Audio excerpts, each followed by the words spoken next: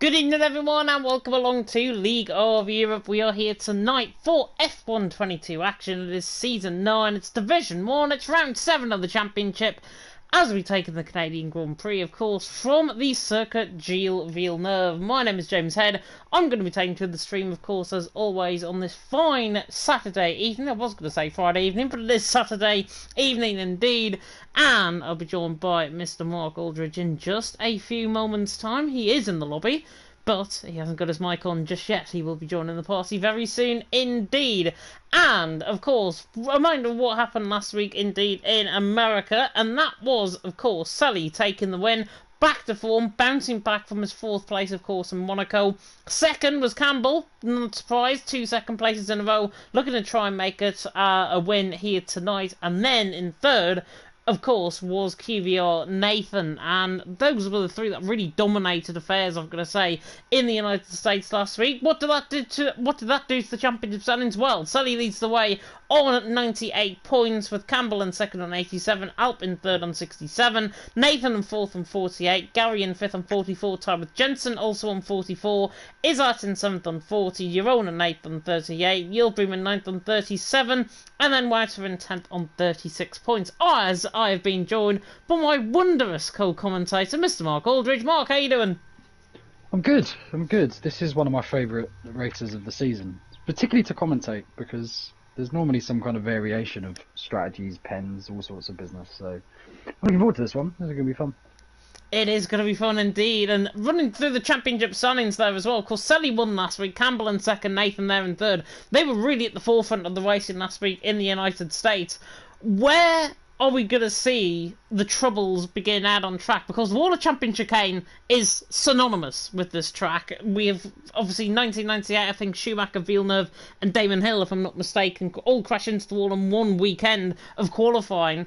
And this has really lived up to expectations as being a Wall of Champions in LOE as well, because I remember Montana famously crashed there once. Yeah, there's quite a few people have ended up in that wall in LOE. I actually asked the reply chat GPT opinion about this evening. And I've got a very succinct quote. This is fascinating to me, AI. So AI has decided that I said, what do you reckon? What do you reckon about Canada in regards to will the World of Champions claim any victims? And it said, yeah. You have been warned. The World of Champions is a fearsome foe. Unless you're a fan of being sent back home with a pounding headache and a broken spirit, I suggest avoid Canada this season. Thankfully, they haven't. But I found that quite amusing. 19 drivers will probably be fearing that corner the most, and Alp will probably be fearing the start. If I know anything about his wonderful, infamous starts, I think would probably be the word. Yeah, well, Alpa certainly had really bad starts in the past. I believe he is here tonight. I'm just going to flick through the lobby and see. Yeah, he's right at the bottom. Joined literally last moment. But we have got the ultimate race, I think, tonight here in Canada. Are we going to see the battle that I want to see out on track? And that's because they've purely dominated so far in the races that they've been in. Slippery Cucumber against NSX Selly. That is just a whetting appetite clash here in Division 1 tonight. Cucumber, of course, famously won the Monaco Grand Prix by 28 seconds. Selly absolutely took the field apart last week in the United States. Both racing tonight. I'm very excited to see what they can do around a track, an all-rounder track in Canada, where things can go wrong. The walls are very close, so therefore you should fear Selly more than Slippery Cucumber, but you never know. Absolutely. And here's a little fact about cucumbers for you. They're 96% water, so I wonder if that's going to relate to any kind of chances of rain, because it does rain a lot here as well, which will definitely put a spanner in the works for some people's pace. Alp has, I understand, the world record in TT here, which probably doesn't surprise too many people. Just depends whether he can keep the pens down and keep it kind of consistent with him. So I wouldn't rule him out either, but yeah, this could be a very, very entertaining race. Yeah, it is going to be a very entertaining race indeed. Constructor standings as well coming into tonight. Very close between Mercedes and Ferrari. Mercedes leading the way on 142 points. No thanks to Sully, of course, winning last time out. Re-overtaking Ferrari, in fact, in the lead. Ferrari in second on 135 points. That is literally 7 points going into round number 6 of the championship. Williams, round 7, I should say, of the championship. Williams there in third on 76. AlphaTauri in fourth on 73. Haas in fifth on 59. Red Bull in 6th on 56. They're not going to be nowhere near as what they would be, of course, in real life, judging by the testing that has gone on in recent days. Alfa Romeo in 7th on 43. McLaren in 8th on 37. Alpine in 9th on 21. And Aston Martin in 10th on 18 points. As we come to the Canadian Grand Prix, of course, it is a track that is synonymous with league races. 4.3 kilometres an hour, 2.7 mile. Last time, of course, we came here in real life, Max Verstappen famously took the win, and it was built in 1978 when Motorsport Park was becoming unsafe as F1 cars grew even faster. This brought F1 to the people when Gilles Villeneuve was first breaking into Formula 1. And of course, Villeneuve won at his first attempt around here in 1970 odd. Can't remember the exact year, but it was 1980s, I think, somewhere around that time period. Gilles Villeneuve actually won, and that is why it is called the Circuit Gilles Villeneuve, synonymous, of course, with the Canadian racing driver. And, of course, its greatest Grand Prix. Some people say it's 2011. My book says it's 2008. Sauber 1-2. Kubica beat Nick Heidfeld. Wow, yeah, there's been some great real-life races here. You running through that reminded me of a time where my current teammate, Robertson, won. We did comms, and I did a big spiel about some facts. And I said, Robert, what do you know about Canada? Oh, sorry, what do you know about Montreal? And he said, it's in Canada. And that was all I got back from him. So shout out to him tonight. He's not racing, but hopefully, maybe he's listening at some point. But one of my favourite moments in commentary history there was his addition to the knowledge drop of this particular track.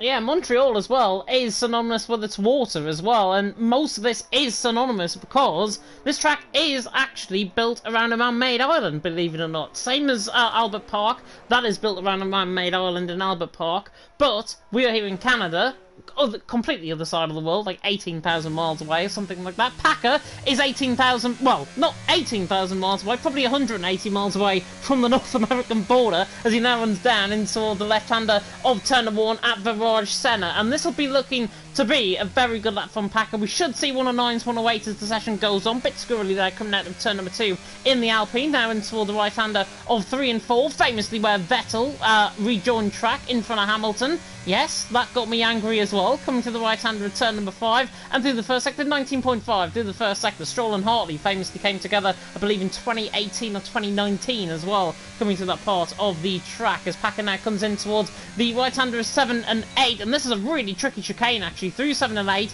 Need to get as much power on the throttle as possible, and so far so good from Packer's perspective. Into the middle sector, into the Lepingle hairpin at the top of the hill at turn number 10, 41.5 in the middle sector is not looking too bad at all. And then through the left-hander of turn 11, down the straight now in towards turn number 12 before we get to the Duardas Casino chicane, otherwise known as Water Champions, of course, as we come now embark on this run. 205 mile an hour on braking into the final corner. Beautiful for Packer. Nearly gets claimed by the Water Champions on the right-hand side. Runs the line, and it's a 110 flat from Packer. Very good lap from him. Bit squirrely on the exit of the Water Champion chicane. Nearly claimed its first victim.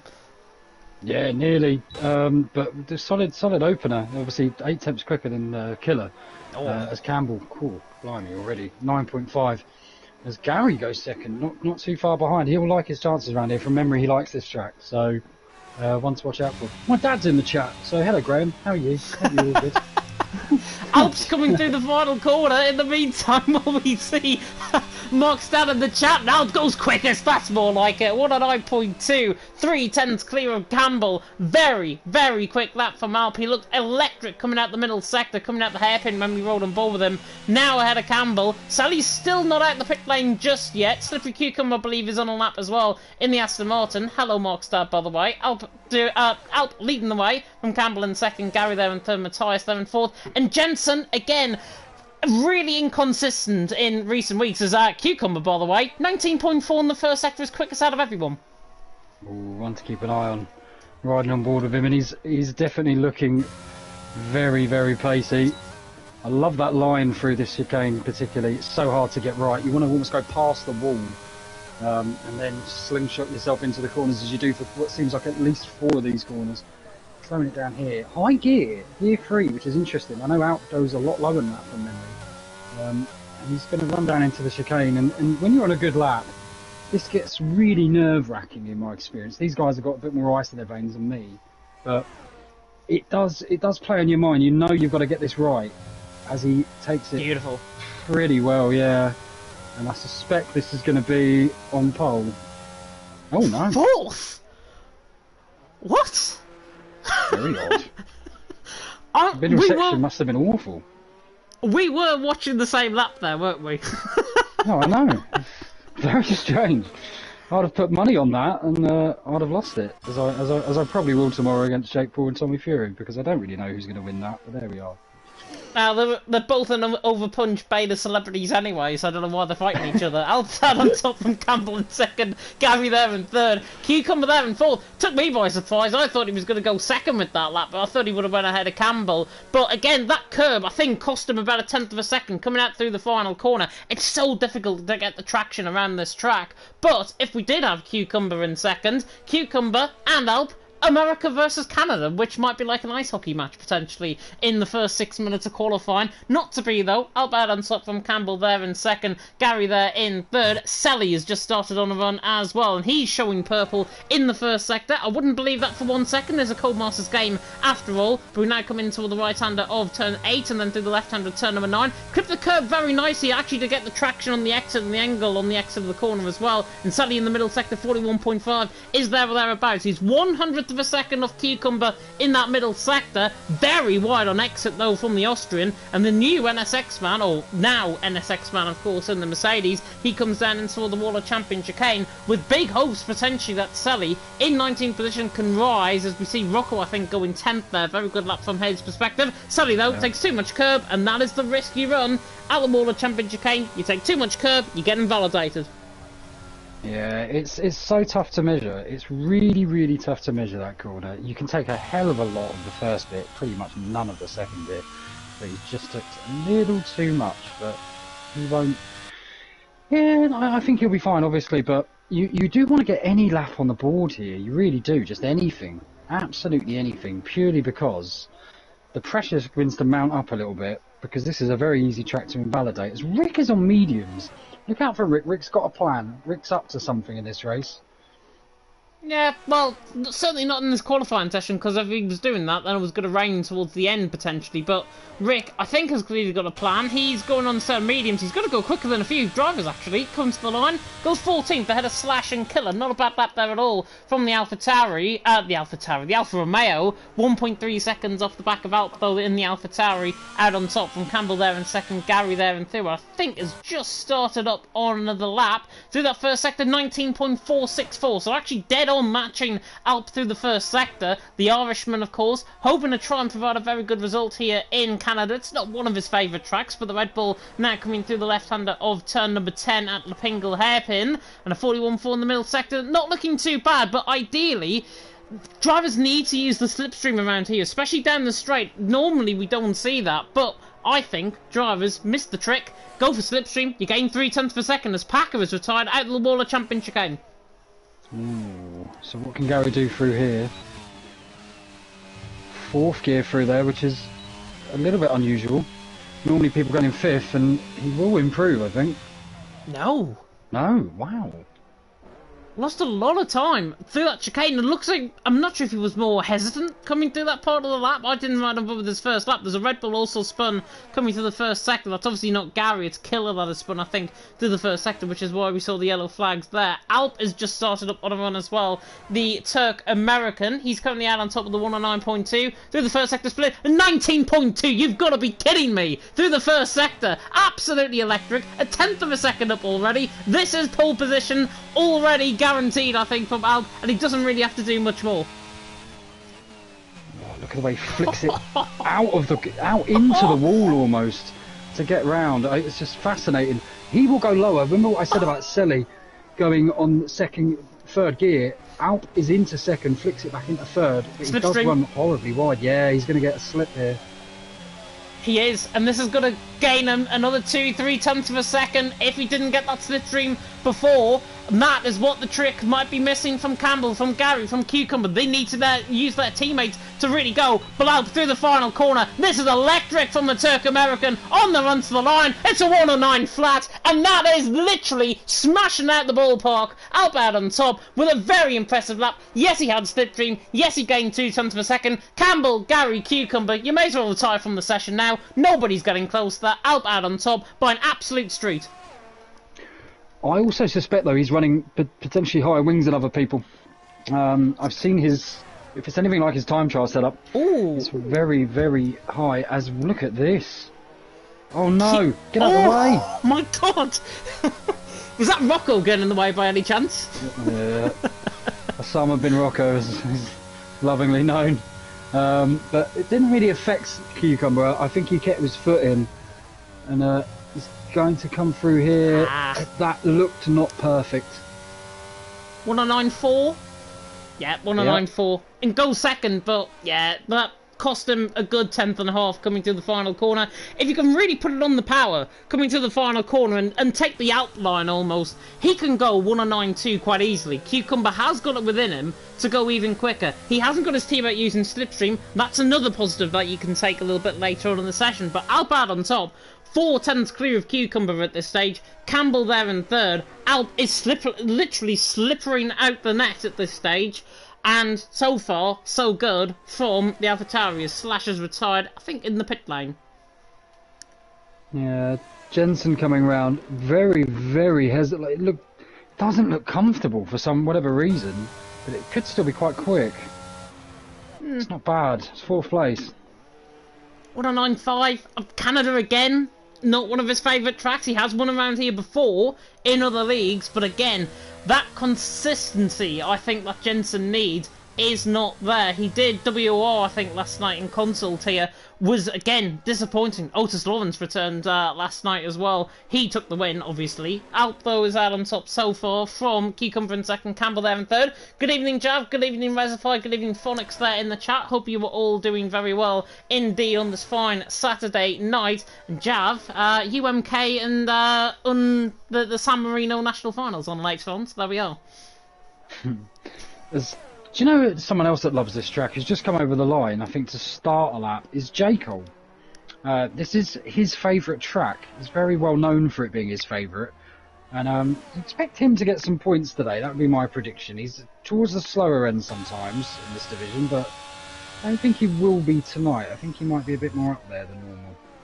Yeah, well, he's 500s up through the first sector. Rick, by the way, his teammate's just gone actually quicker than him. The McLaren is off in the background there. Rocco had a slight moment coming out of turn number 5, and Killer has crashed coming through turn number 4. So Kvyat Killer out the session, and J. Cole nearly follows him out the session as well. Coming through the left-hander of turn number 9, gets too much caught on the curb with the rear left tyre. Nearly gets beached actually on the grass as well. And J. Cole just about recovering the car. But, unfortunately, his potential lap of going ahead of Matthias and Rick certainly not going to happen this time around. Matthias is doing really well in this session as well. As Selly is struggling a little bit from what we would expect. So, very, very interesting. There's lots to happen. Even people that we would back to be, like Nathan as an example, you would expect to be doing somewhat more than what he is. And obviously Pease, who reckons he's going to win the division, as he's been telling us since the pre-season, is languishing with a time as quick as my armchair.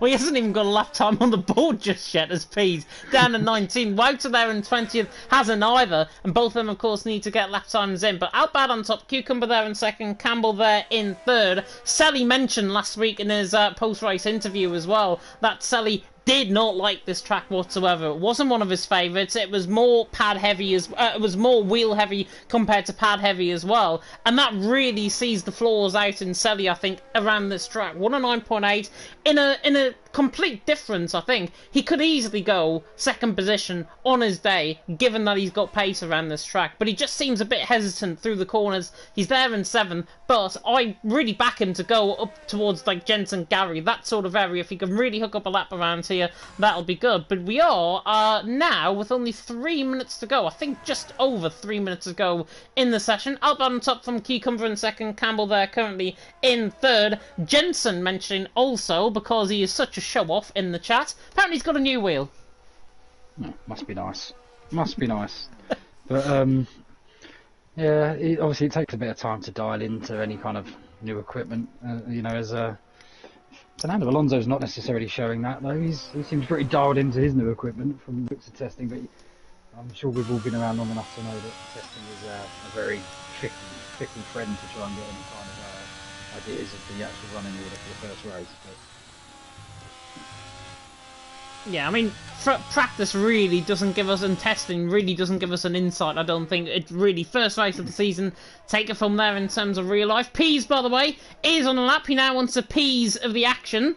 I've used that one too many times already this season. But Pease on the run now down into the right-hander of the chicane. Jenson saying it's a Fanatec G29, which hopefully is not going to be the amount of G-forces he's pulling when he spins a little bit later on. But Pease now in towards the right-hander has already invalidated his lap.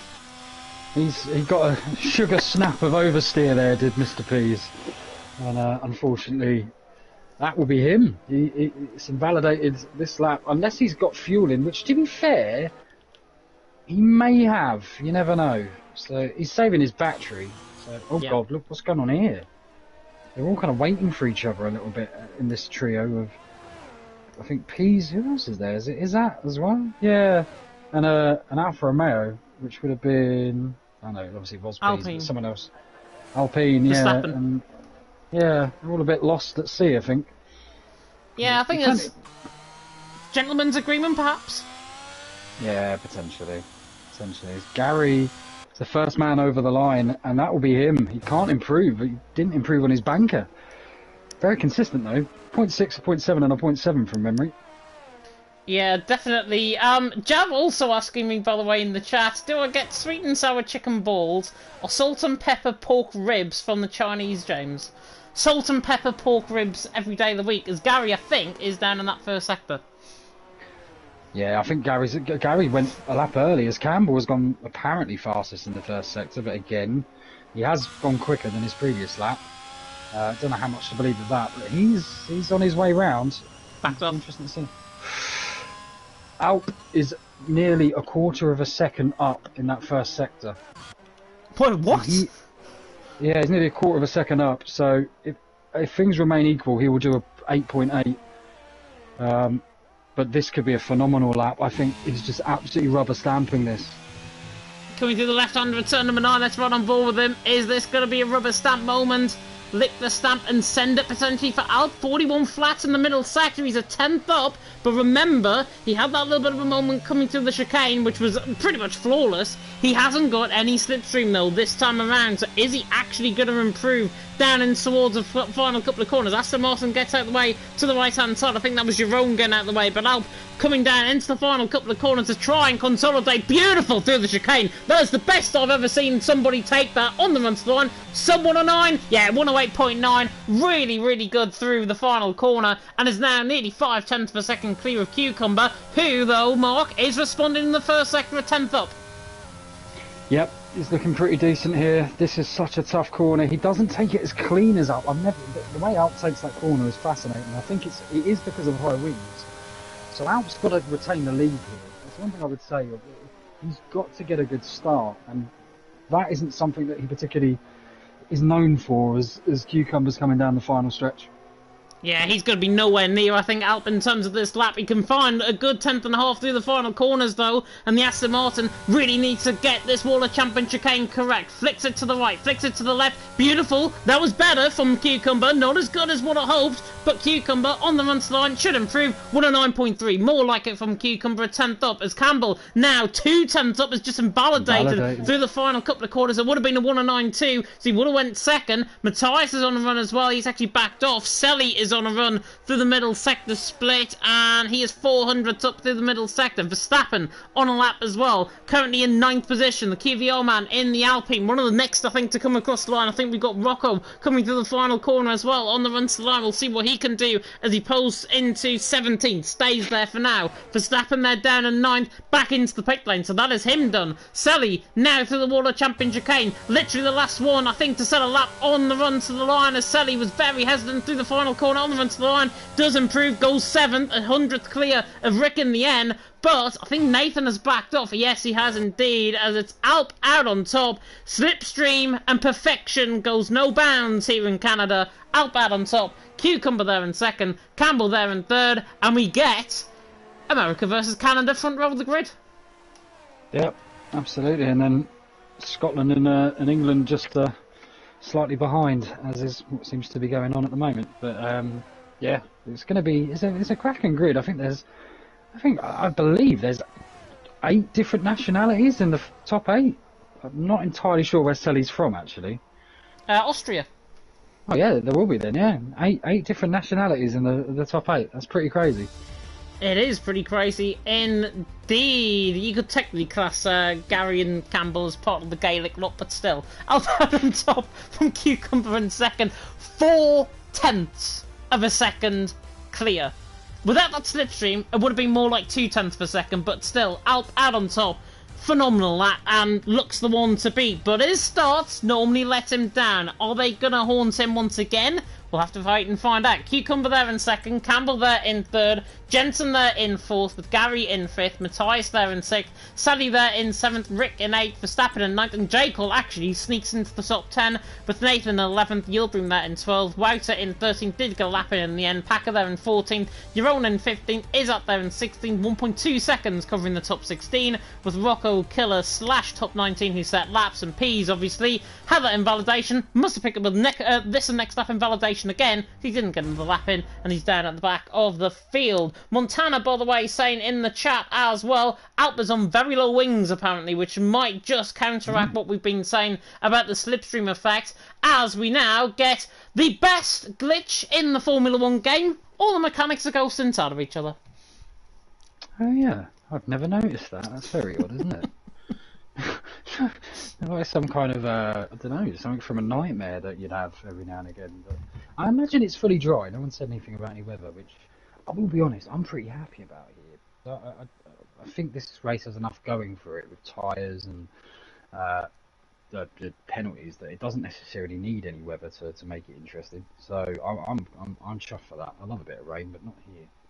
Yeah, definitely not, unless it throws a bit of a curveball midway through the race and then it dries up again. That's one of my favourite races when it does that, but I prefer it to be dry around here, and certainly these guys will prefer it to be dry as well. As we have a look at the strategy calls, Packer, interestingly, is the only man going on a set of medium compound tyres. Everyone else is going basically onto a set of hards, and that basically means 2 things. 1, it's going to stay dry, and 2, they're going one stop from about probably lap 2021. See, I'm obviously terrible at this game. That doesn't mean I don't really need to highlight that for the 100th time. But one thing I would say with this place is that the pit lane is incredibly short, because you effectively miss 2, arguably 3 corners with it. It's a very short pit lane. I'm amazed that no one's going to try and do anything slightly fruity with a 2-stop, but they're clearly not, unless Packer's the only one going to try it. Yeah, but you never know with the carnage around here. If there is carnage running in through turn 1 and 2, and then we get a safety car, which I wouldn't be surprised in, obviously that will mean Packer, on that set of mediums, has to think quick and has to think obviously fast about what strategy he might go on. If there's a safety car around lap 9 or 10, he could actually come into the pit lane, go for set of hard compound tyres, and then be leading the race a little bit later on, with everyone having to force to stay out basically on that set of hard. So it's going to be really intriguing in terms of strategy calls and in terms of safety cars as well, potentially around this track as well, whether or not that is going to affect. But the big question now is, are we going to see Alp lead down in towards turn number 1? He managed it in America last week, where obviously he got a phenomenal start actually in America, as Rocco and Packer have had a collision with each other further down. But Alp needs to get a good start. If he bogs down in the second phase of his start, Cucumber is going to be there down in towards turn number 1 and already ahead. Yeah, and the one thing I would say about this race though, Mediums can go a very long time. They can go about 24 laps. Which is a there's lots of DSQs. People are struggling. These guys can go around a track in lightning speed, but can't seem to park. My experience of Asda and Tesco, for what it's worth. But there we are. Let's go back to you. Yeah, definitely so. Alplo out of top, Cucumber in second, Campbell there in third. We'll take the start from Cucumber's angle. Are we going to see this phenomenal run down in towards turn number 1? The 5 red lights now coming on here in Canada. Round number 7 of the championship about to begin. And it is lights out, and where we go. Cucumber already gets a good start. Has already passed him in towards turn number 1. And Alplo's absolutely slept off to the start. Campbell tries to go around the outside of him as well and manages to do so. He's through and he's into second. Cucumber leads the way. Campbell in second, and now with a disastrous start off the line is there in third. Gary and Jensen are fighting side by side in toward turn number 3, and the AlphaTauri Matthias is actually in the wall. There's been a collision further down the field. Rocco, Killer and Pease all caught up in a separate incident, I think, as well. Matthias, I think, purely on the curb, just got caught completely on the throttle, spun the car around. That is him round, and him pretty much out of contention already, but Cucumber leads the way. Campbell there in second, Alp there in third. Selly's right on the back of Gary running towards the end of the middle sector, but Cucumber leads. Campbell in second, Alp in third, and disaster strikes Alp as Jensen nearly spins coming out of turn 9. Yeah, their tyres still aren't warm, especially on these hards, and they're just nailing it into the hairpin. And Selly has a look on Gary, who goes too wide, but he's just going to retain it. This will be a wing test, this will, and it's looking like they're pretty much dead even. This Killer has had another moment, I think. No, that's Jeroen. I think Jeroen is dropping down, coming into the hairpin. I'm not sure if he's had a spin on the exit of the hairpin, potentially. Izak running side by side with Jake all into the wall of Championship Kane. Not going to fit 2 cars through there. No. And Izak nearly ended up in the wall. And actually, Packer is going to say thank you very much. 2 positions for the price of 1. He is soon, he's into 12 with actually Jake Hall coming back down the inside of him in towards turn number 1. And a bit contact there through turn number 1. Not like Massa and Perez, of course, in 2014. But Cucumber leads the way. Campbell there in second. Alp there in third. Very much a hectic first lap. Pease, Jeroen and Killer all picking up front wing damage. All into the pick then at the start of the lap 2 as well. But Cucumber got that start, got the position. He's gained 1 position. Most positions gained the wide on track is Slash. He's gained 5 at the minute. 2 positions gained respectively for Yildirim, Wouter, Packer and Verstappen. They've all gained 2. 1 position's gained for Cucumber, Campbell, Selly, Izat and Rocco, and Pease as well, who's actually gained a position off Jeroen. But Yildirim looking to gain a 3rd position on the back of Nathan in towards the hairpin. Bit deep there actually from Rick in the background as Verstappen locked up, I think, in front of him. Selly looking quite close to Gary. But now on settling down, Cucumber holds that lead. Campbell there in second and Alp there in third as Wout is getting quite close to the back of Yildirim as well. Yeah, that J. Cole Packer incident on the first corner, I feel like I can almost hear the opinions. J. Cole said would probably say he should have been left space, and Packer would probably say there wasn't enough of an overlap. And speaking of, Packer comes to the inside line at turn number 1, dives it to the inside line at Virage Senna, tries to get the job done around the outside of turn number 2. In the end, can't manage the move, but the medium's really coming into play for Packer. He needs to try and think about where to go for the move. Maybe turn number 5 is the next point, which is the end of the first sector, and that's where he's going to try and go. Around the outside of turn number 5, into the inside of turn number 6, going to try and make the move to the inside, the American. And in the end, little bit elbows apart. In the end, they get caught on each other, and I think Packer has got the traction in the end. Does get that job done. Could be reported by the stewards. I don't think they're going to do anything about that, though. Packer through, and he's in for 11th. Yeah, they just seem to have the wheel magnets out, don't they? Which seems to happen a lot. And he's already closing in on Yildirim, which is... So he's flying at the moment. And Cucumber has got Campbell outside of a second as well, which is absolutely crucial, and he's got 3 times as much of VRS coming out the hairpin as what Campbell did, and he still does, in fact. 37% of VRS for Cucumber, only 9% into the exit of the final corner at the wall of Champion Chicane. Now on 13% coming out of the corner, with Campbell already stuck outside of a second. And Cucumber, this is what he did at Monaco as Girona's round again through that first sector. This is what Cucumber did so well in Monaco. He stretched out the gap around about 5/10 of a second gained every single lap. Now, I'm not saying he's going to win 28 seconds out on track. Pretty much impossible around this track. But Cucumber already beginning to stretch, nearly 1.3 seconds to Campbell, and Cucumber showing why he is a real asset to League of Europe going forward, a real good driver as well, and Campbell is getting in the backwash completely, 1.3 seconds, and Cucumber with consummate ease is beginning to pull away. Only 14 of these lads have managed to keep it clean. this is staggering. I mean, even J. Cole hasn't really. So already, 6 of them already playing themselves out of contention unless there's a safety car, which I wouldn't rule out this race. P's into the pit lane in a very weird way, is what I'm going to say. Packer, by the way, down the inside of Yildirim into the hairpin there on the exit, and actually Yildirim gets the much better exit coming out the corner, but Packer is going to have that DRS. He's going to try and have it down the straight. In fact, both of them do, because they're within a second of Nathan ahead. Alp trying to get on the back of Campbell as well. He's not quite close enough, I don't think, in towards turn number 1. Packer, though, might be on the back of Yildirim. To the inside line he will go in towards turn number 1. He's got the overspeed. Is he going to get the car around the outside of turn number 1? To the outside line he goes. Leaves him short of room slightly. Gets forced out wide and rejoins on track. Collides into the side of Yildirim there. Yildirim is still alongside him. Packer does get that job done. But again, Packer, another one that just seems to be, as Nathan's picked up a penalty just ahead, Packer just seems to be racing a little bit too aggressive at this point. It's aggressive enough, but the stewards might want to have a look. As that Jensen has spun. Jensen. Wow, that is massively unfortunate. There's not many people keeping this clean. And I think Rick, someone like Rick today, he could really pick up the pieces here. He is. I think Jensen's got fumbling damage as well. Letting through Izzat and Rocco in a private battle for 14th position. But Jensen, as Jeroen has retired into the pit lane, that's disappointing from his perspective. Pease, by the way, has already been lapped by everyone. So, lap 5 out of 35 is Alp's going to go for the move on Campbell down the straight in towards turn number 13 and 14 through the wall of Champion Chicane. Gets the job done. So Alp Thurney's into second. Campbell there in third. Don't know what's going on with my voice there. Sally, though, on the back of Gary, looking quite close as well. But Cucumber leads the way, and they've got yellow flags coming out through the first sector because Jeroen's idiotic AI car is coming out the pit lane ahead of the leaders. Oh, that's so sketchy when that happens, and from my memory, it doesn't go Stever. Oh, as it pulls over to the road, and nearly makes contact, I think, with Yildirim or Wouter. But yeah, it's there's a lead pack really. The front three are scooting away from the Trudy train that is led by Gary. So already we're seeing 2 groups of people, and then obviously the stragglers at the back, because we get another yellow. Peas again. Peas, yeah. It's just letting people. He's, to be fair, he's letting people through. I suspect. Rear wing damage? He might have yeah, I was going to say rear wing or floor or something, because yeah, I mean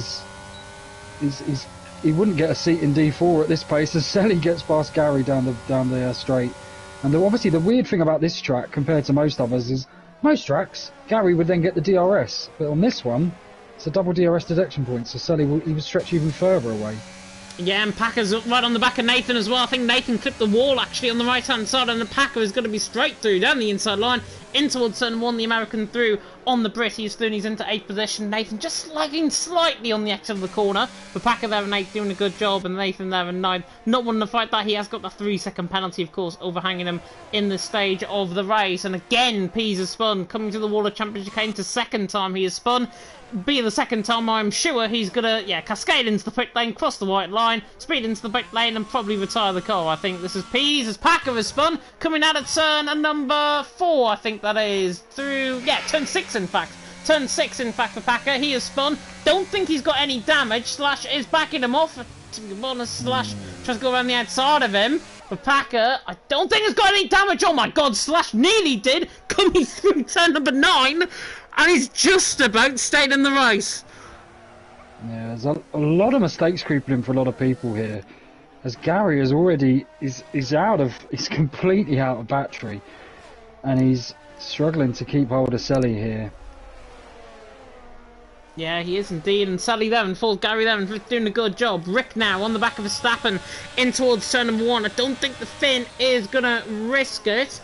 Maybe gonna try and do the cha-cha-cha beside Verstappen and around the outside of him through turn number 2, but not quite going to pull off the move. Java's the only one that probably gets that joke as well, but Nathan there and 8 right on the back of Rick, and this is beginning to spawn itself into our own private battle, because Gary and Sally are now outside of a second of Verstappen. In fact, it's more than 2 seconds now to Verstappen. Sally has got to drag Gary along. They're going to be dragged basically into a bit of no man's land and behind. Verstappen's not quick enough. Rick's not quick enough. Nathan might be. So the best chance if I was in Rick's shoes, and certainly in Verstappen's shoes, is to let Nathan through, see what his pace is like, and then try and attack him if his pace is not that quick. Yeah, which is interesting, because that's basically what happened with Alp and Campbell further up, because Alp's got past Campbell, and Campbell's been really benefiting there. Said he will be frustrated because he's losing out down this straight. He's just going to be seeing time eke away. As Alp is now, he's actually in DRS, but he hadn't had it activated through the previous corner. So as it stands, if he can keep this gap, he's back with the slippery cucumber. Yeah, he is indeed, and he's just nearly within a second. He had about 37% of battery coming out the hairpin. He used all of that down the straight to gain, and that is because we've got another DRS detection point coming very soon indeed. And again, he's on the DRS, trying to just stay within that second. He is within that second, and he's within that DRS range now. So Alp, within that DRS range, on the back of Cucumber. Ooh, has a bit of a slide coming out of turn number 6. Goodness me, that was a bit close there from Alp's liking. It could be a bit close as well for Rick's liking, because Verstappen is under pressure from the fin in behind. Nathan, though, looking quick, and Yulbrim all of a sudden has came onto the back of this pack as well. So it's a 4-car train. Add into that White, who's only 1.3 seconds down, and he could have a 5-way fight potentially for position going on here. Cucumber once again, though, saves up his battery, uses it up to good effect, and is now 1.2 seconds clear as Alp, of course, made that mistake through the middle sector. Cost him a little bit. Rick, though, is he going to go for the move on Verstappen? Running down the hill into the wall of champion chicane.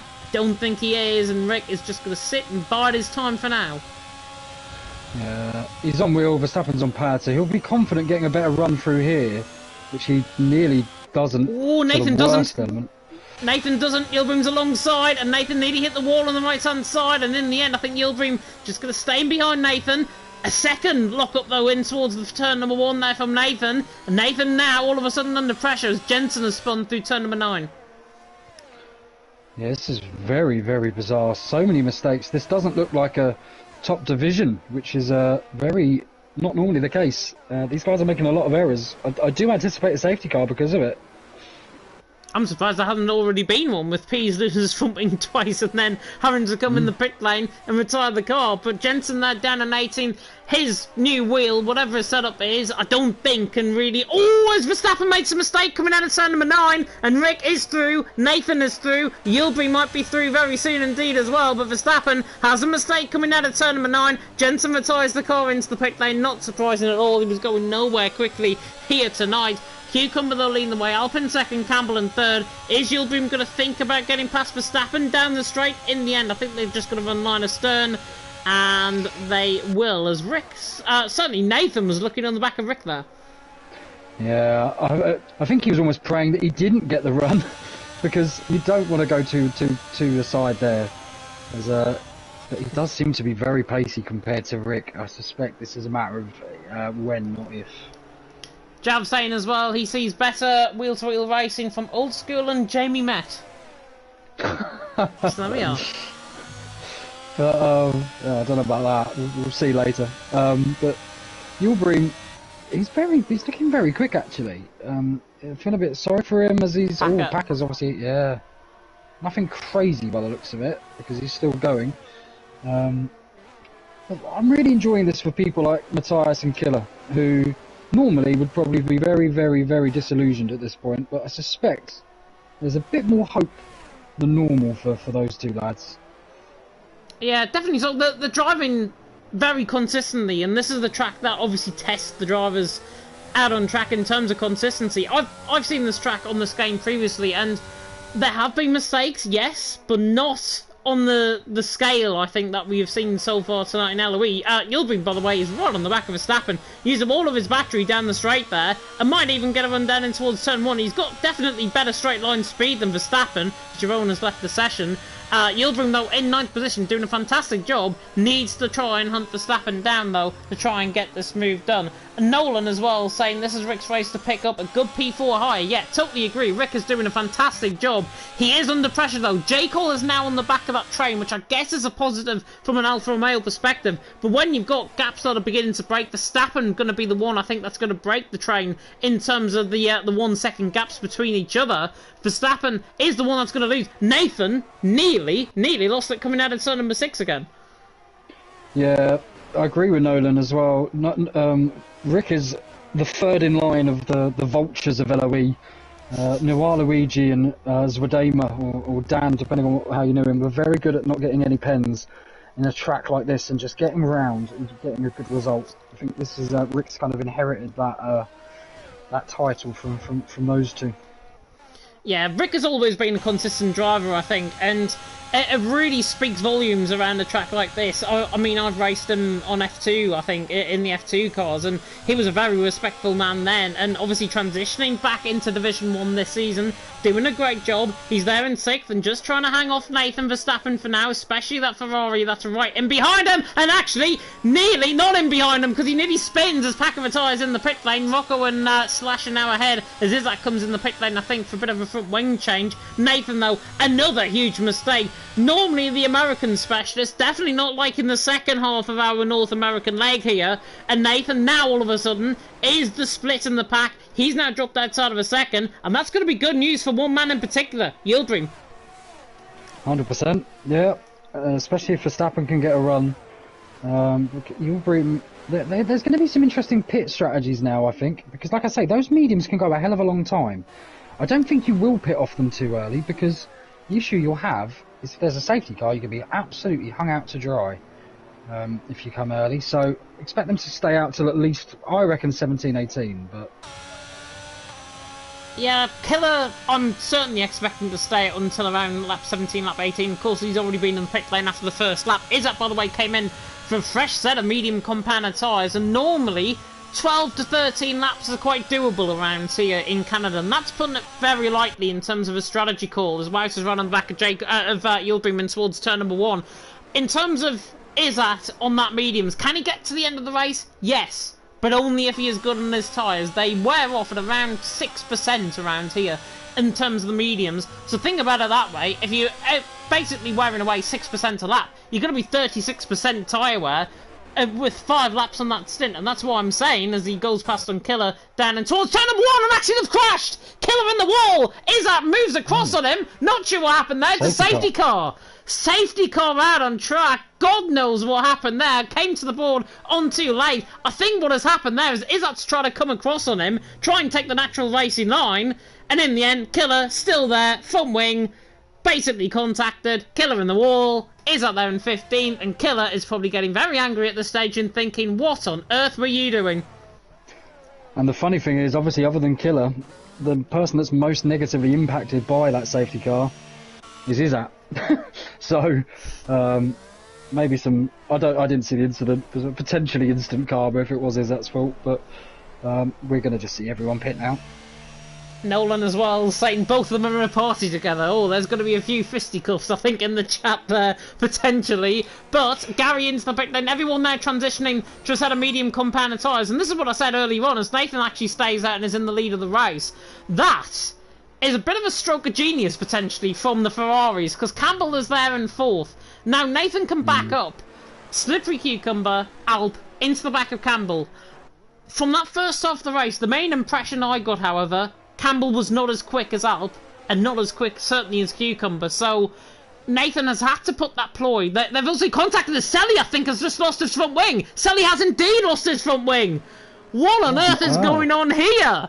Turn number 5, left-hander, I think he hasn't been concentrating, if I've got to be honest, coming through turn number 5, but Selly, in the wall, no front wing on the car, he has to come back in the pit lane. What the hell happened there?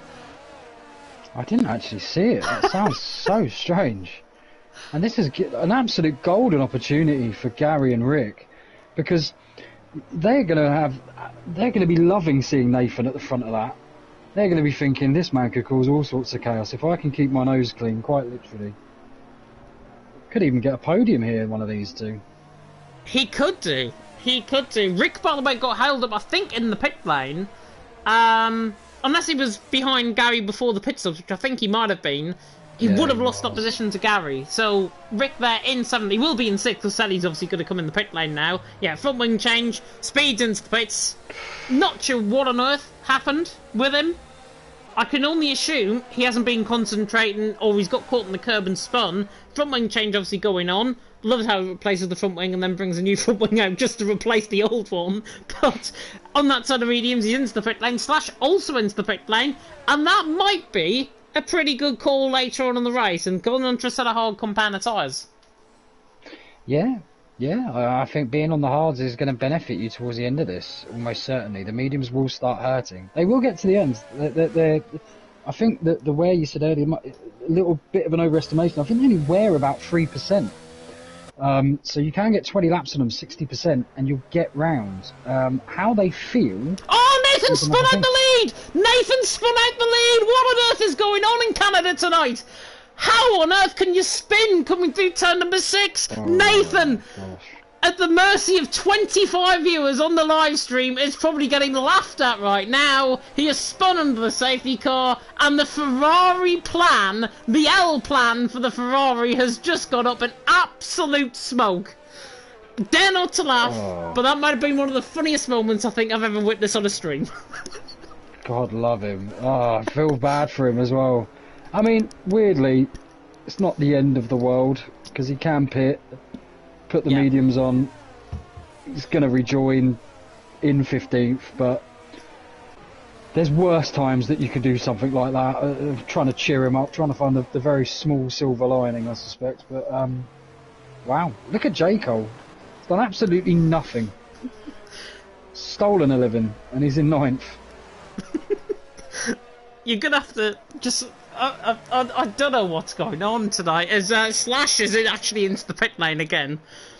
But yeah, Cucumber leads the way. Alpine second, Campbell in third. Why did Nathan not pit there? I mean, at this point, I think his head's absolutely gone. I would suspect. Oh my god! And Sally's just nearly driven into the back of him as well. I wonder if Sally's got some connection issues or something, because this seems really quite unusual. Oh, Nathan God. Nathan seems to be going quite slow, though, to be fair, so I feel like Sally's getting a bit annoyed with it. Yeah, Montana, by the way, was saying about Sally, about Sally, apparently he had to go in AI mode because something happened in his room, and then his AI drove into the wall. That's exactly what happened with Sally. So, down in 12th position, Nathan spinning the safety car in 11th. You have got possibly the two most unluckiest drivers out on track, right beside of each other, and Nathan, I think, has just nearly cascaded into the back of Rocco there. No, it's Selly into Nathan. Nathan's keeping actually quite a decent gap to Rocco, which is probably a good idea with Rocco's reputation. Oh, what on earth has happened here? Slash is off. Has he got front wing damage on the car? I don't know. I didn't see that. I saw that happen in the background, but we have got the safety car coming in this lap. Cucumber leads the way. He is going to try and slip himself out of that contention and outside of a second to Alp there in second. It's the best one I could think of. But the Cucumber leads the way. He's a very slippery man. Is he going to try and slip out of a second to Alp? That's better. Alp there in second, Campbell in third. And now he's already gone. Cucumber's already gone into the wall of Champion Chicane. And he's already a second clear. And that has caused Rick absolutely headaches in behind. Because Rick is there in fifth, having to try and catch back up on Gary. All of them are split like a washing line. Down and towards turn number 1. You've been running side by side with Verstappen. Is he going to think about the move around the outside? Not quite close enough. Sally is going to think about the outside line of turn number 1. He's got Nathan right to the inside line, and Nathan just about holds sway. Sally gets the traction though, gets the exit. This will be a brilliant move. He can pull this off, and he has. Fantastic move from Sally. Gets the job done. The Ferrari will not be happy with that at all. But Nathan spinning on that safety car has really cost him back, and down with tyres to try to go around the outside of turn number 5. Is it in the wall and behind? Is that in the wall behind? Could be another safety car. I don't think it will be. Matthias through into 12. Nathan must have some sort of damage on that car because he is just dropping positions. Well, I have a feeling the stewards might look at that because that looked quite nefarious to me and just very.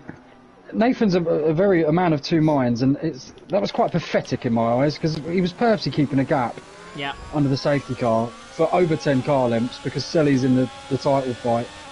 I don't like it, and the way that they battled into turn one, Selly did nothing wrong. I'll tell you something though, what I am going to like is J. Cole around the outside of the wall of Championship Kane, and goodness me, they're going to get caught in each other with Rocco to the inside line, very aggressive. J. Cole somehow pulls it off, Rocco though will get the run, and now he's going to bang Wheels back with him down in towards turn one. J. Cole though has the speed, surely has got the move, Rocco should just be patient, he hangs on the inside line. And the Alfa Romeo just about holds on and is getting far too aggressive. I think people need to calm down. Certainly out on track. I think me and Mark could actually do better than this out on track at this stage. But Cucumber leads the way. Out there in second, Campbell in third. The big taking point though, apart from J. Cole nearly ramming Rocco into the wall there, which again, down the straight, shouldn't be allowed. He certainly knows better because he's a sudden admin. Cucumber though leads the way. Out there in second. Alp has managed to stay within a second of Cucumber, but he's got half the amount of ERS as Cucumber has, as Campbell actually has picked up a penalty somewhere. Yeah, absolutely. Someone in the chat whose wheel knowledge is terrible. You have to keep at least 10 car lengths. Yeah. So no, not true. You can't purposely do that. You will get a penalty. And if it is deemed as such, he will end up with one. But obviously that's the steward's call. But Alp has done a lot better keeping onto the back of Cucumber, hasn't he? As Gary already dropped like a stone. Rick and Gary have to work together here. Ooh. You'll bring him to the inside line on Wouter, trying to get the job done. Sally, by the way, got the job done on Rocco, which was what it was following there for 10th position. So he's through and he's into 10th. Wouter, though, Gilbream didn't get the move done on Verstappen, and Verstappen there in 6th. There, Gilbream getting that move done on Wouter. Nice move down the inside line, and Wouter there in 8th now in behind him. But what were you saying just previously? Yeah, I just think Rick and Gary need to work together to try and stay with Campbell, because he's got that 3-second penalty. There's a podium on the line here, so they're worst of enemies and best of friends. It's quite an unusual situation they find themselves in with each other. The former teammates, very famous former teammates actually. It is, and they're going to get a battle in behind as well, because Verstappen and Gilbream are inevitably going to battle, I think, down the straight, down into the Wall of Champions. So that will mean wide. they've got to try and, yeah, Rick's run wide in the background, Verstappen a little bit wide as well, and now Gilbream's going to try and capitalise on this. 35% of ERS, might not need to use the full whack as he pulls the inside line, down the straight, so much straight line speed, gets the job done. Sally also in the background gets the job done, as Wouter closes right up to the back of Verstappen. Could look for a move in towards turn 1, got 60% of ERS. Are we even going to get 3 wide? Maybe down in towards turn 1, we're certainly going to get 2 wide. Verstappen and Wouter to the inside line. Verstappen holds sway on the inside through turn number 2. Wouter on the outside line, tries to get the job done. Sally went a little bit deep in the background then. They're still side by side through turn number 3 and 4. And Wouter, oh my god, what a move! Round the outside of turn number 4 on the same strategy. That is an absolute class move from Wouter to the outside line. Verstappen in the end. I'm not sure if he's got any front wing damage. He has just been absolutely minced into the deep fat fryer. Wouter through and he's into 7. Absolutely beautiful move. One thing I'll say as well for Verstappen, he gave so much space through 1 and 2 that I think it almost encouraged Wouter. I mean, it's great respectful driving, but it almost seemed to encourage Wouter to make that move. As said, he's going to send it here. No, he's not. I really thought he was. Switch back. He's trying to get a nice run. Yeah, I think he'll try and get the switch back. The Austrian Isaac Alp, by the way, right on the back of Cucumber, overtakes the race lead. Where on earth has this came from? Alp leads the way from Cucumber in second. Both of them make a mistake coming out of the Wall of Champions. Campbell there in third. All of a sudden, game changing for the race lead as well. Alp now leads. Cucumber in second. Campbell there in third. Canada likes to throw up curveballs. That's a curveball I wasn't even expecting.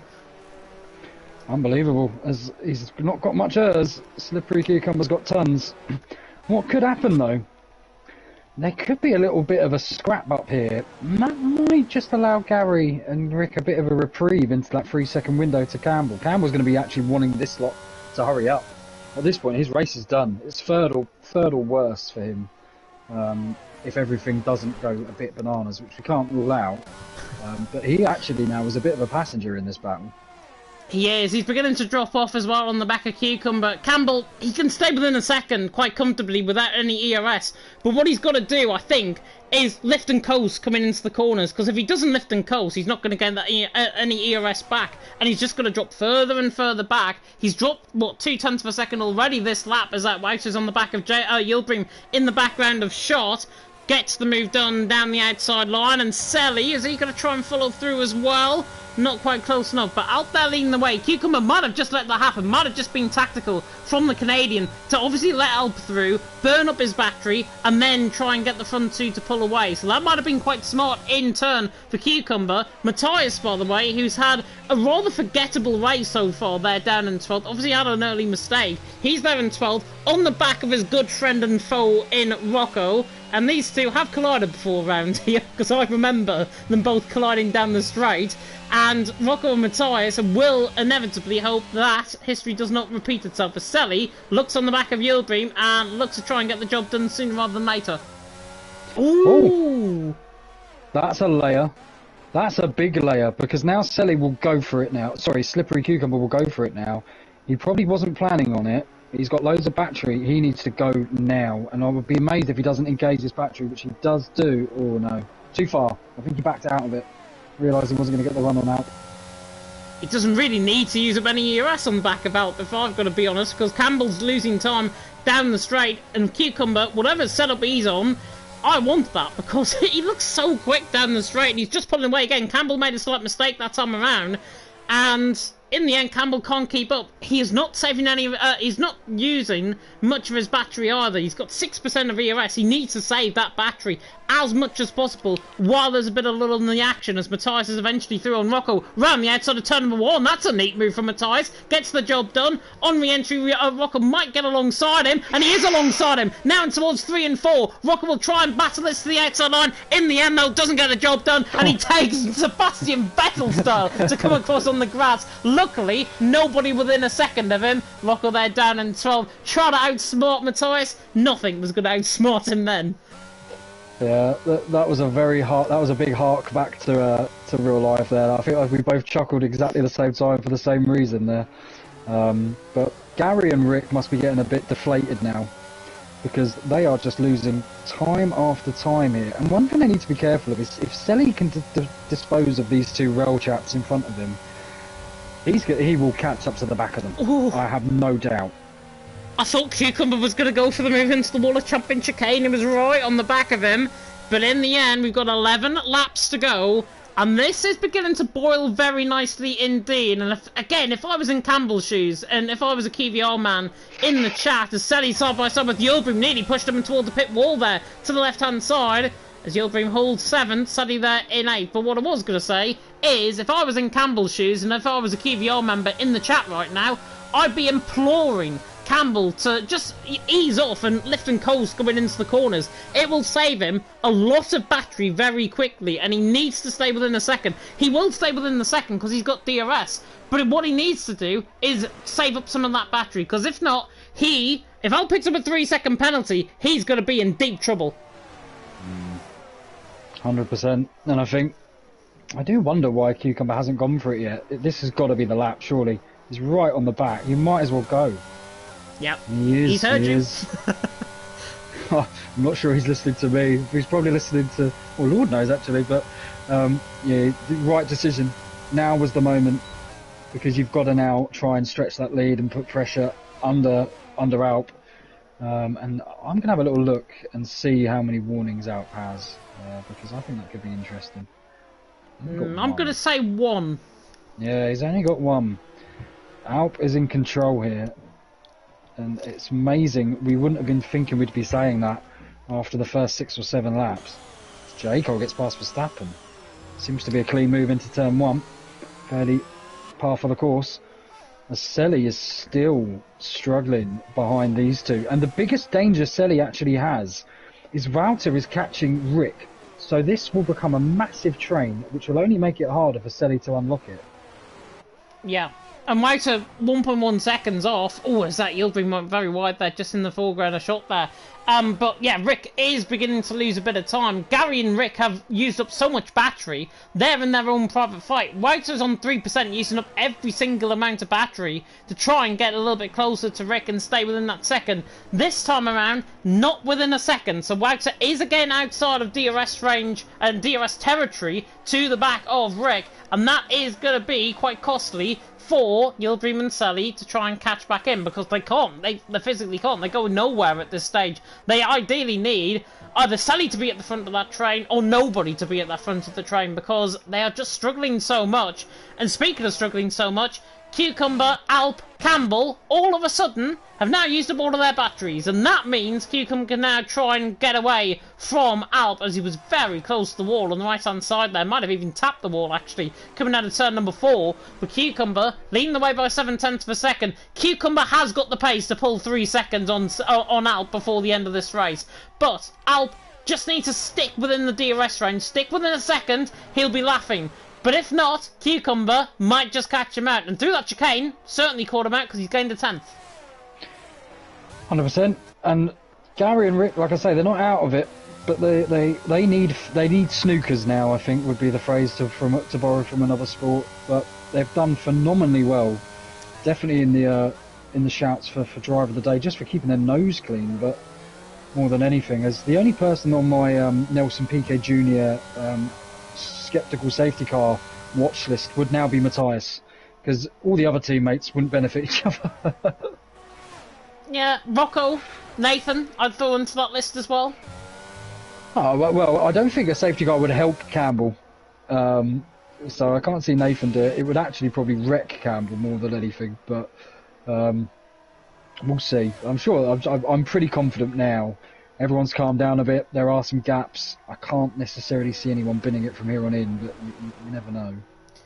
You never know. That is the nature of the beast of Canada. Cucumber leads the way, though. Alp there in second. Campbell there in third. And again, Alp has control of his own destiny in this race. And we would have thought it, because he looked so terribly in the first couple of laps. He got absolutely jumped off the start by Cucumber and Campbell. Starts were never going to be his forte.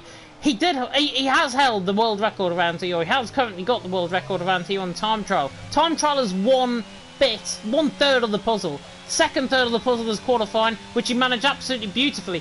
By the way, just flicking on board with Alp running down the straight, Cucumber's suspension is actually dipping underneath the track. And I'm not even kidding. That's normally a sign of some slightly dodgy connection, one way or the other. Which is something I've noticed with this game, unfortunately, is Selly seems to get such a good run through that last chicane, but almost has to lift off because Yildirim nearly ends up rear-ending Yildirim. I've seen it a couple of times. It's really interesting. Valter, I thought, after kind of coming up onto the back of Rick and Gary, he is within DRS, but it's taken him a few more laps than I thought it would have. So there's Valter another pen. So these two, I think, have both got 6 seconds. Oh God, no! Wout has got 15 seconds worth of penalties. Goodness me! Life. Cucumber's got 3, Campbell's got 3, Wout has got 15, as we mentioned. Yildirim's got 9 seconds worth of penalties. Rocco's got 9, Slasher's on 6, and Nathan's got 9 as well. That's the penalties run down at the minute. There might be a few more before the end of the race. I certainly wouldn't be surprised if there would be. But Cucumber leading the way, and is currently mastered Alp, it seems, for now. As soon as I said that, though, gap has suddenly come down to about 4/10 of a second. And I wonder if that was a bit of lifting and coasting. I wonder if Cucumber was running a little bit low on fuel there, potentially. Potentially. I mean, what I find also really interesting with this battle for what is fourth is Rick normally wouldn't mind being overtaken by Valter and Yildirim because of the penalty situations, but he doesn't want that to happen because he doesn't want to lose sight of Gary. So this could still get tasty in spite of the whole kind of range of penalties. Oh, it will. It will definitely get a little bit tasty. You can factor J. Cole in, Verstappen into that mix as well. Wout and Yildirim, they pick up more penalties! Oh my God, Wout and Indy in the wall! Coming out of turn number 4. Just about kept that car out of the wall. I'm not sure if there was the faintest of touch with that left side end plate, but he is one very, very, very lucky boy right now. Wout there in 6th. Yildirim in 7th. Yildirim behind him was probably thinking, good save, man, but I'm going to come for you for the next move. A penny for Selly's thoughts. He's seen people that have got a combined 24 seconds of penalties, and he knows that he's the fastest out of anyone in this pack, but he can't get to the soft underbelly of it, which is Gary and Rick, because Walter and Yildirim are being like the Mitchell brothers. Is Bowser going to get on the back of Rick before the Wall of Champion chicane? Pulls to the inside line, doesn't risk it. Rick's gone a little bit too deep though. Actually gets up beautifully into the apex there. And Wouter had straight line speed, and that was with no battery whatsoever. So Wouter has clearly got straight line speed in this pack. He's the middle of the middle of the 5 now. And basically, he needs to look for an opportunity, albeit a Williams-shaped gap. He needs to try and go for the move though, and get this job done. Because if he sits back on Rick there in 5th, Rick is just going to hammer him there, with Wouter staying there, and Sally, Yulbrim, can't go anywhere in behind, so Wouter is going to be stuck there if he doesn't attempt to move at least. So, here we Slippery go. Cucumber has broke. Oh, we've got the move going on here.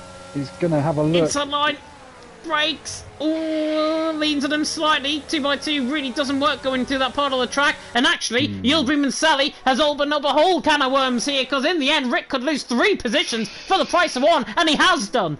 Wow, Wouter Thurney's into 5th. There was a yellow flag, that's Matthias round, coming out of turn number 9. There was contact as well with Selly and Yulbrim, and that's why they've lost so much time.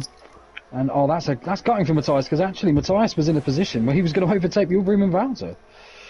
He was, and he's lost all of that time. Now, pretty much as Yulbrim picks up another 3-second penalty, that's now 12 seconds worth of penalties for Yulbrim.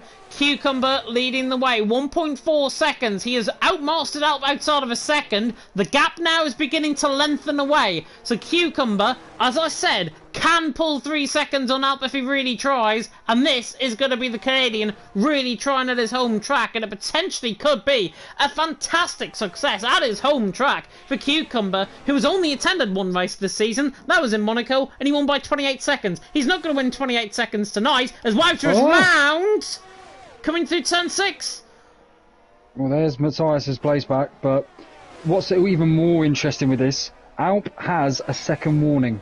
So Alp is absolutely on the finest of limits on this race.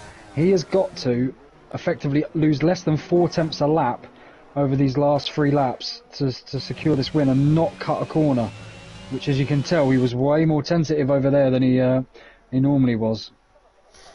Yeah, Sally there in 6th, doing a great job. Yulbrim there in 5th, also doing a great job. But Cucumber leading the way, 1.7 seconds. This is not over and done with yet. When I say it's not over and done with yet, I really mean it, because I think Cucumber can gap to Alp. Alp was out of battery, running down into the Wall of Champion chicane. Cucumber can save up his battery again, and then go again, then maybe he can get him outside of 3 seconds. It's a bit of an impossibility, but he can do it. He is capable of doing that, and I know it, and he knows it as well. But Cucumber leads the way out there in 2nd, Campbell in 3rd. Sally, by the way, on the back of Yulbrim. Montana's just came into the chat and saying Sally is raging, not able to overtake corner-cutting cheaters. Not sure what that's on about. There's certainly not any mods or anything they can have for cheating on the PS platform. It's only for PC. So if it is, then Yulbrim, obviously with 15 seconds worth of penalty, 12 seconds worth of penalties, is getting cut out by the game as opposed to anything else, as Nathan goes for fastest lap attempt. The mad thing is, I would counter that and say, as it stands, Gary's a bit daft for not keeping Yulbrim in DRS, because now Selly's going to get past him. And you watch, Selly will make mincemeat of Gary now, and if Gary had a little, obviously he did make that mistake so it wouldn't have mattered, but I think Gary actually made a critical error breaking the DRS to Yulbrim. Yulbrim was his best friend and not in any way a threat, and now he's going to have Selly for company. Oh, as Rick gets a pen, that's gutting. It is, but he is 3 seconds clear of Jekyll, which is the big thing, and that will be Rick even ahead of Yulbrim. So actually, it really doesn't matter if he's picked up a 3-second penalty. Yulbrim was ahead of him on 12 seconds worth of penalties at this stage. Cucumber, 2.2 seconds now the gap. The gap is beginning to extend. He has got a bit fresher tyres, I think, compared to Alp. This is not over and done with yet. The Canadian leading the way. Alp has been very tentative. He's beginning to lose time, and that is what Cucumber has done. He's got him under pressure. Alp there in second as Matthias has retired. It's too late for safety car. Matthias has retired. Out of the race, out of a point-scoring position as well. That is him out of the race, and that is him out coming through, I think, the right-hand return number 2. Alp, though, 2.4 seconds. Gap is still extending away. Cucumber trying to get every inch of performance out of this Aston Martin. He has got Nathan in front of him, maybe to give him DRS as well. This could be a big throat for the books. I think Nathan's going fastest lap attempt, which is more than a second clear, which is good. Cucumber, though, has to gain 7/10 of a second on this lap. It is either literally bleep or bust, but he made a mistake coming out of turn number 2, and that might have just cost him. Yeah, he needs snookers, definitely, because Alp is losing about just under 4 tenths a lap. And as it stands, I think this is going to be enough. But it's so squeaky. He knows that one more corner cut and that's it. It's done. But this is still going to be tight. It's only going to be a couple of attempts in it. And look, Selly, I said Gary was crazy for breaking that DRS. Selly is also probably going to get Gary before this is out, which is a phenomenal comeback.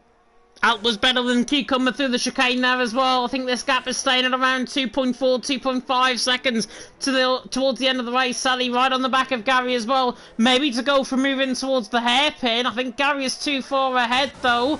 Sally on the back of him will cut back to the leader just now. Sally, is he going to look for the move? No. Has a think, but he goes a little bit too deep. We're going to have to cut on board with Cucumber though through the final couple of corners on the run to the line. Looks like Sally might get the move on Gary, which we'll cut to in a second. Cucumber to the line, wins in Canada by 2.5 seconds, but Alp in the end takes the win on penalties. Campbell there in third. Sally trying to hunt down Gary to the inside on the wall of Championship chicane. Never gonna work. Never gonna work. That's just so stupid from Sally. Never gonna fit 2 cars through. J. Cole's now gonna finish 7th. Sally there is gonna be 8th. He's picked up a penalty as well. Oh my I don't know what on earth was he thinking there, but going for a final lap move like that when you could have finished much higher, a little bit daft and a little bit stupid, I think, from him. Rick somehow inherits 5th place. It will be controversial because by the time they got to the turn-in, they were almost level, but I don't think it was on. Difficult one. I look forward to seeing the steward report on that one because genuinely, from the flash I saw of it, such a tough one to call. Genuinely, not entirely sure, but tell you what, well done to Alp. Slippery Cucumber in second, and Campbell. I mean, felt sorry for Campbell, even though he had box office seats. It was quite a lonely race in a very bizarre way because he never had a chance of getting the top 2 at any point. Nathan, by the way, is celebrating a 13th place finish in the Canadian Grand Prix, which I'd never think I'll be seeing the day of, after he spun the safety car, and as well, I think he might just get lapped by the leaders here as well. He is going to get lapped by the leaders on AI. So Nathan, in the end, is going to finish a lap down. He spins across the line. He eventually crosses the line to finish there in 13th position. My word, what a Canadian Grand Prix we have had. And driver of the day, what about the in-game Fantasy Slash? I'm not sure about that. Didn't do much. No. I think if my nomination would be for Gary, really, because actually the front 2 still had their issues. With a little special mention to Rick, potentially, but obviously phenomenal pace from the front 2, really good maturity from Campbell. But yeah, it was a hell of a race, that one. And look, not many people got away without penalties, did they? Look at that. That is insane. Yeah. Very, very good indeed. We see the podium celebration. It is up to the top step of the podium. In the end, didn't have a very good start. Safety car, I think, just got him back into play. In the end, went for a move that inevitably was going to be that winning move. I think it was lap 28 or 29 he went for the move and then got the job done. Alp gets Cucumber. Cucumber in the end, though, 2.5 seconds clear. Another lap. I think that would have been completely different. I mean, Alp was quicker on fastest laps by 0.4 of a second compared to Cucumber. And in the end, if he predicted 1, 2, 3, which we didn't predict this week, and we didn't do a prediction at all this week, well done to you. Alp out on top from Cucumber in second. The Turk-American beats the Canadian, which is going to be a bit controversial. Campbell there, though, in third. Beats the Battle of the Gaelics with Gary there in 4th, Rick there in 5th, J. Cole there in 6th, Verstappen there in 7th, Sally, who I think had a little bit of a temper tantrum potentially at the end of that race because I saw his mic put up there down in 8th, possibly aimed at Yilbury. Yildirim, possibly aimed at me. I don't care. Yildirim though in 9th, Rocco there in 10th, Wexer there in 11th, Slash there in 12th. Nathan did pick up that fastest lap, by the way. 1:11.2 was that fastest lap. He got classified. Neither did Matthias, Izzat, Killer, Packer, Jensen, Pease, and Yaron right down at the back of the field. We have got around 25 minutes until we get to Division 2 and Division 4. That means I think we can do the top 3. Absolutely. I'm well ahead of you. Look at that for efficiency this evening. Efficiency and brilliant timing. Absolutely, as we've had. But yeah, I'm actually going to have to jump off to do the bedtime shenanigans. But congratulations, Alp. Congratulations to. I don't think the other two are joined yet, but yeah, I'm going to have to run, unfortunately. Thank you, Mark. No problem. No problem. Well done. You are very welcome indeed, and Mark is going to do the midnight run to the kids. But we can speak to the man who, in the end, somehow finished P1 after a dreadful start in that race. It was Mr. Alp, and Alp, in the end, 0.5 of a second it was between you and Cucumber. Did you feel threatened by that gap potentially going out to 3 seconds? Oh, absolutely.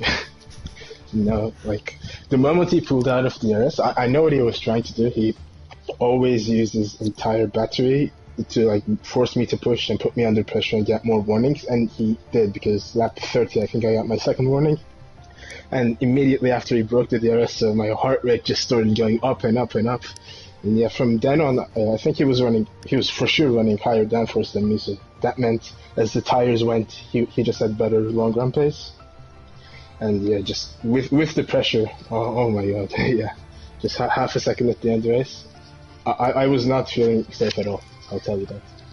Yeah, I was saying as well at the end of the race there, another lap, and I think it could have been entirely different out on track as well, because you were losing a good, I think Mark said it, about 0.4 of a second per lap towards the end of that race, and that really meant Cucumber was there to try and give you all of that and basically pull himself outside of 3 seconds, but in the end you didn't. And in the end, it was a real stroke of genius. Talk us through, though, what happened off the start. Again, second phase of the start, you did not get away at all well. Cucumber and Campbell were already past you and towards turn 1. I'll be honest with you, the start didn't feel bad. Like, it was, I don't know, my standards are just so low that I'm used to it, and I just planned around it. I knew I had the pace, so I just stayed calm. Slowly overtook everyone else, got back into a position for fighting for the lead, and yeah, obviously won. I mean, it's a big handicap, this happening every race, but yeah, I'm okay. Yeah, as long as I win. Yeah, it is okay. As long as you win, I think you're very happy, and that's what you have done, of course, tonight here in Canada. Not too far, of course, from the. Are you Canadian or part Canadian or live in Canada? Me? Yeah. Oh no. I just love Canada as a country and also the race circuit. That's why I put the Canadian flag in the chat, if that's what you're asking about. I thought it was a home win. I've literally bigged it up. Cucumber is the one who's Canadian, so I think you'll have to ask that question to him. Yeah, I literally bigged it up, I think, in qualifying, saying it's going to be America versus Canada, and it's going to be like an ice hockey match out on track. And it certainly was for, I think, part of the race. You got pretty much elbows out as well, which is really good. Of course, going through the rest of the season, next week, if I get the calendar up, we are in Bahrain, so totally different track compared to Canada, for the sprint race as well. So sprint and feature in Bahrain. How do you think you're going to get on around there? Because it is a pure speed track. Yeah, interesting. So it's the same track as the real life race, which is a nice coincidence. Maybe it was done deliberately, but I really like Bahrain. I don't know if I'm as fast at it, so I'll have to see. I haven't really tried it since F1 2020, and they changed the layout a bit, and not the layout, but just the way the game works. So yeah, I'll need to try to find some pace. I don't think I'll be at my strongest, but I think I can do a good job there. Yeah, you never know. You never know. We've seen weirder things. The start things. Certainly isn't going to be fun because it's a long run down into turn 1. So yeah. It is a long run down in towards turn number 1, and that could mean you get into somebody's slipstream and then retake the lead in towards turn number 1. If you exactly. That's the mentality. Yeah. It's a good mentality to have. It is a good mentality to have. But yeah, go and enjoy your afternoon. Yeah. Thank you, James. You are very welcome indeed, and the man in the end who took the win out on track just with a 3-second penalty, being crept up very late on, finishing in second, it is Mr. Slippery Cucumber. And Cucumber, you were very slippery out on track tonight, nearly got outside of 3 seconds. Talk us through it. Yeah, I mean, the penalty killed it, but I didn't feel like I was going to get pole. I feel like Alp definitely had the qualifying underhand. I didn't realize he was in slipstreaming too, so if I knew that, for sure he would have got it. But I was able to get P2, which I was happy about. And I know there's this thing going on with Alp, not good around starts, so I was hoping I'd get him into turn 1, which I did. I always felt good in the race. I always feel better in race compared to qualifying. I always feel like I have good race pace. So I felt I wasn't worried about anything about him re-overtaking me. I just felt like I could keep the pace and going, which I managed. I managed to break out the DRS. I wasn't like pulling crazy at the start on the hards, but then the safety car came out and I'm like, okay, it's going to be a bit harder. I had a decent safety car restart. I definitely knew it would catch people out going that early on the straight. And then, yeah, he managed to stay in. He overtook me. And at that point, I was like 2 warnings probably, maybe 3 to be honest. I can't really remember, but yeah, it's just silly. Canada's so silly with the warnings. It's just, you have to get so close, use the curbs, and it's just like a millimeter of your tire over the white line, and it's a warning. It cost me, but I saw that I was quicker than him. I felt quicker on the medium stint, and I was saving my ERS. I had about 70, and then I said, you know, I have to get past him because it's either I sit behind him and finish P2, or I go ahead of him and like Alp said, I push him, and I was hoping for him to get warnings, which he said he got 2 and he was stressing, so yeah, I was going 100% the full race. I had nothing to lose. I had the 3 second. I said I have to go for it, push every lap, and honestly we tried, but yeah, and funny enough, my headset died on the last lap, which wasn't too good either. It put me off, to be honest, but did that happen in sector 1? Yeah, it did. It died in yeah, okay. I noticed you made a mistake, so... yeah, I started wheel spinning because I couldn't hear. I don't know, it's so weird, man. When you lose the sound, it makes a big difference.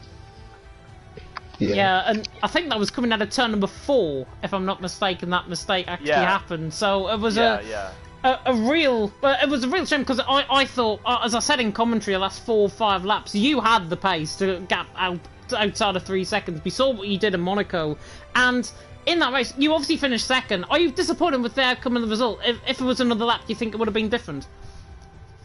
I mean, it's hard to say. I definitely think I could have got close, but to be honest, I can't be mad. I'll take second. You know, second's great. I mean, I'm not a full-time, but you know, to win a championship, it's all about being super consistent. So if you can get a podium mostly every race, you'll be up there. So it's frustrating, but I'll take P2. I can't complain with P2.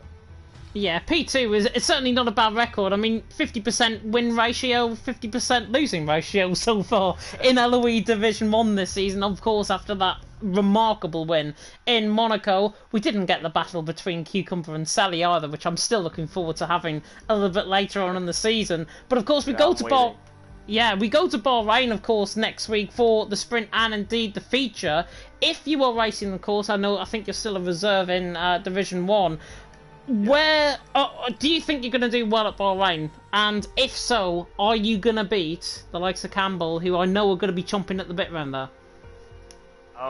There's a lot of good Bahrain merchants in this league, so especially Sally, Alp. I like Bahrain a lot. I've always liked the track. I feel quick around it. Like I said, if I'm available, I think we can pull around a good race. We just gotta, like I said, get a good qualifying and then get the race pace down, and we should be able to get a good result. But yeah, I like Bahrain. I find it better than Canada, let's just say that. Yeah, it's a lot better than Canada. It's a lot better for racing as well, and that's hopefully what we'll get in terms of overtaking down and towards turn 1, up the hill and towards turn number 4. Plenty of opportunities for moves, even around the outside of turn number 7, which I've seen a few times as well. But yeah, Bahrain should be very interesting. Cucumber, you can go and enjoy your afternoon. Yeah, thank you. You are very welcome indeed. And the man in the end who finished in P3, continuing a very good string of podiums, I've got to say. 2 second positions and now a third. It is Mr. Kiwior Campbell. And Campbell, in the end, your battery usage, I think, came back to haunt you late on.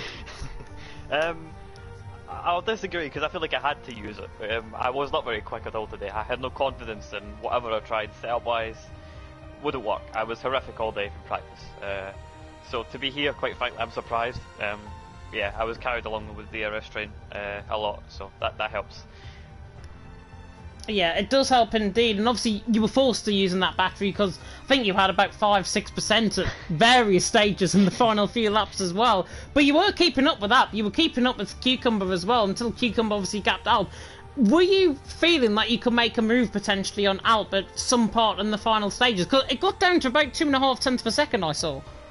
Yeah, I mean, I would have considered it if I knew I was quick enough to like keep in 3 seconds of Cucumber, which I in the end obviously wasn't. But also, if I had got through it, I would probably have lost time and dropped out of 3 seconds because it's so difficult to overtake here. Like, I was happy to just sit here and hope that Cucumber got another penalty and hope I could jump him that way rather than get through Alp, because there was no real point in me trying to overtake Alp. I mean, it would have just set me back in front in the race, and you don't know what can happen almost. So I was happy just to sit there, but maybe if Alp gets a pen, I would have maybe being that close have tried something, but I don't think I was outright quick enough to make a move on either of them today.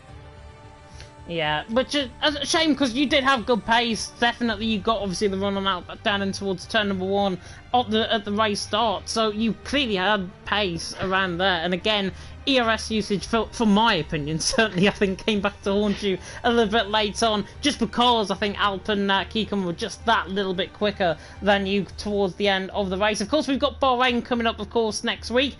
A track that I know you've done well at in the past, you've been very consistent at in the past. Are you looking to try and make it maybe a P1? No, I'm not, no. I consider I'll be amazed if I'm even here next week. I know Nathan is looking forward to it more than I am, so maybe you'll see a Ferrari here that isn't me next week, but yeah, I'll give it a best shot. Being a sprint, more racing, I guess. I don't know if I like that or not. Need to obviously get used to the whole one-shot aspect of the format, so more pressure on qualifying, which is okay. I mean, it probably takes away some of the merchants of the qualifying in the track because they only get one shot at it, so maybe I can sneak a good qualifying in, but I'll give it a shot. I'll probably just aim to score good points and try and limit the loss to all these guys who seem to love Bahrain. Yeah, it's certainly going to be interesting, and of course with that Mercedes and Ferrari constructors battle, that is going to be certainly a line that we're going to take in towards next week as well. But go and enjoy your evening, Campbell. Thank you. You are very welcome indeed, and that means we can end off right here for League of Europe for Division 2, for Division 2, for Division 1, yes. Division 2 and Division 4 are coming up at 10 past 8 UK time, so you've got 14 minutes to get a bag of sweets, popcorn, might just need it for the Division 2 race, certainly, after a few very hot heads. You've got J. Colin Campbell, J. Colin Killer, I should say, in the commentary box for Division 2, and Division 4, I believe it is Packer and Verstappen. If Campbell was in the commentary box, then I'd be very delighted, to be honest, because it'd be the first time he's ever done it. But there we are. We of course end off tonight. Fantastic racing, even though some of the racing standards did drop in the middle of that race, certainly from Nathan, who spun on the safety car, and Sally, who nearly made contact with Nathan underneath the safety car, and apparently kept more than 10 car lengths back, which potentially is going to be interesting if it is reported to the stewards. Hopefully better racing though next week in Bahrain. Myself and Mark, of course, are going to see you once again next week, but until then, thank you so much for watching, and until next time, goodbye.